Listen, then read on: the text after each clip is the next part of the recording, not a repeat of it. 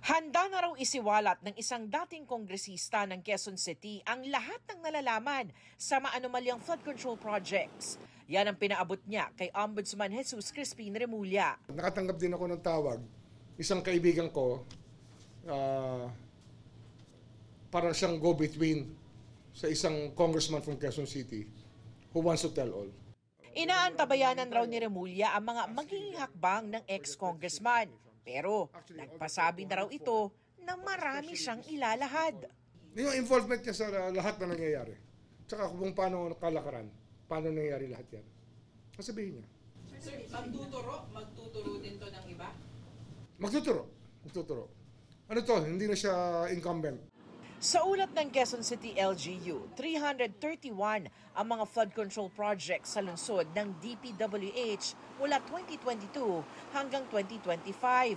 Pero 2 lang daw sa mga ito ang inaprobahan ng lokal na pamahalaan.